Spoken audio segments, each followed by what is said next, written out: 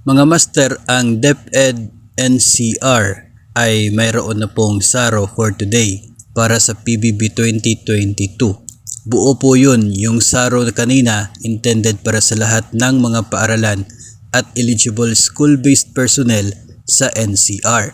Kabilang din po mga master sa mayroong SARO for today para sa PBB 2022 ay ang iba't ibang paaralan at division offices sa DepEd Region 8. So, yung SARO kanina ay para po sa iba't ibang division, hindi po siya buo for the entire region, iba't ibang division at paaralan na sakop ng Region 8. So, dalawa po na rehiyon ng DepEd ang mayroong special allotment release order ngayong araw ng August 14 para sa kanilang performance-based bonus for the year 2022.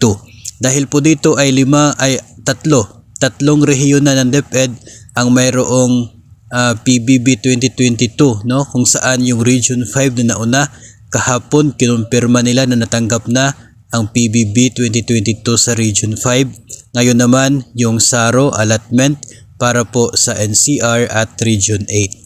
So congrats po para sa bawat isa na eligible personnel na kabilang po dito. Para naman po sa iba pang mga regional offices ng DepEd and other government agencies na wala pa rin pong SARO, patuloy pa rin po tayo mag-monitor everyday sa bawat releases po ng DBM. Baka sakali po na kayo ay susunod na sa mga mabibigyan ng allotment release order for your PBB 2022. Meron pa naman po tayong 2 araw for this week at meron pa naman po tayong sa susunod na linggo na naman if ever hindi po kayo mapabilang sa mayroong SARO for PBB 2022 within this week. Make sure na kayo po ay naka-follow at naka-subscribe para tuloy-tuloy ang update galing po sa releases ng DBM for PBB 2022.